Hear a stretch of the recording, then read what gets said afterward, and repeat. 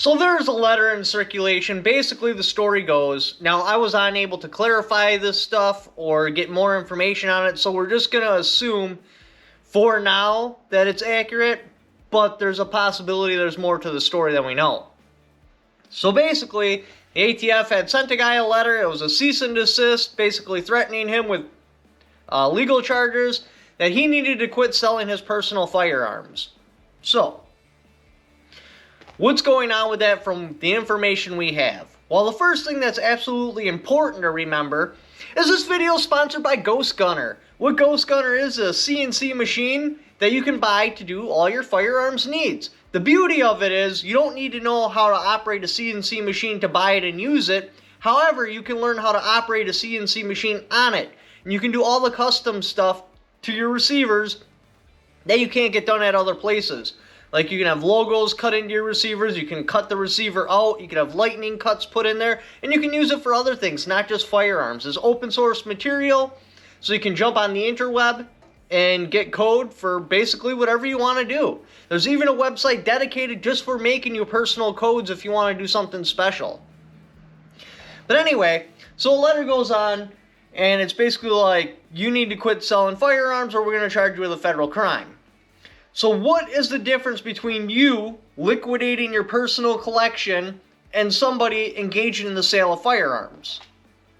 Profit. So, if you're on GunBroker and you're like, that gun is a really good price, I can make a profit off of that, well, you just crossed the line. Now, if you're like, okay, so I really like that gun, I buy it, later on I'm hard up for cash or something, totally legal to sell it. But if you are specifically buying a firearm with the intent to resell, you are breaking federal law.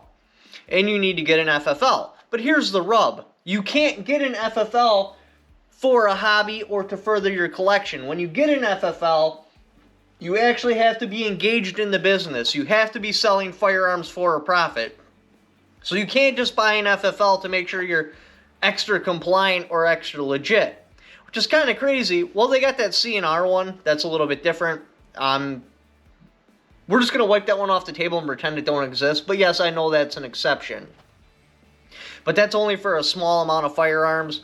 Most of us, that we have no interest in those firearms.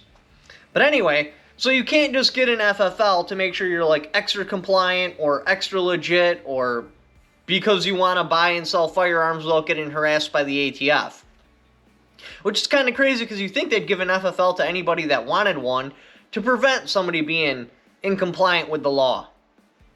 So basically, to recap, if you are buying a firearm specifically with the intent to resell it to make a profit or just to resell it, you are in violation of the law and you could wind up with federal charges. Like all those sleazy guys at the gun shows that just go booth hopping and they buy up all the best deals before the show opens, and they wind up opening a booth themselves later on. Yeah, they're actually all felons. Well, not currently, but they've committed federal crime. It's just they're usually pretty... They've done it long enough to where they're not going to get caught. They'll buy those firearms, they'll sit on them for like a year or so, and then they'll bring them to some other gun show.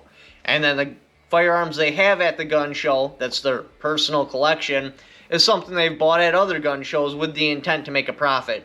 But it's impossible to stick somebody with that unless like you go way deep undercover. And out of all the crime happening in the world, terrorism, drug cartels, stuff like that, I feel that the federal agents just look at that and they're like, we got bigger fish to fry. Yeah, it'd be cool to bust him for a felony, but why?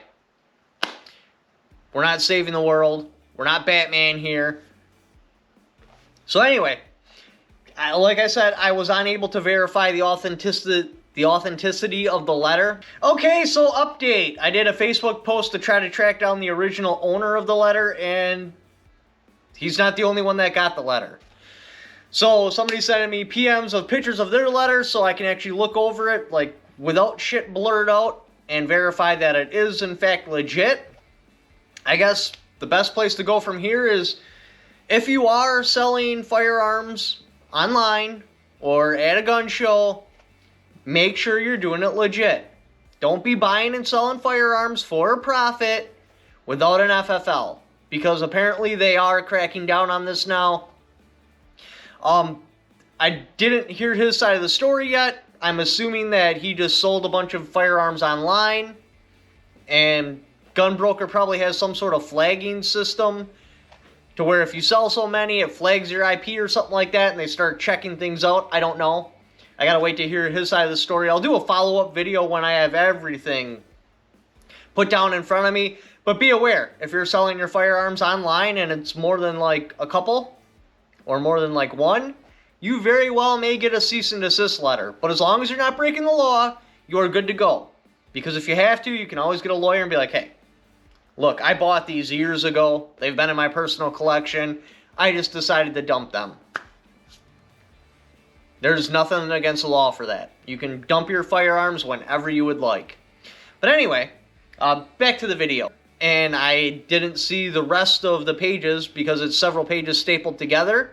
And that probably would have brought more clearly what's going on here. Because there was probably extra stuff like, oh, you've purchased this firearm off a gunbroker. 2 days later, you sold it at a higher price. Therefore, we know you are selling a firearm for profit or something like that. There's also the possibility that the whole thing's a fake.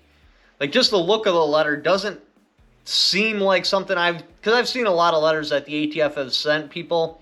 They're usually in black and white. They're not in color. And then even on the copy where it says this is a copy, it's got some weird little computer symbol on there.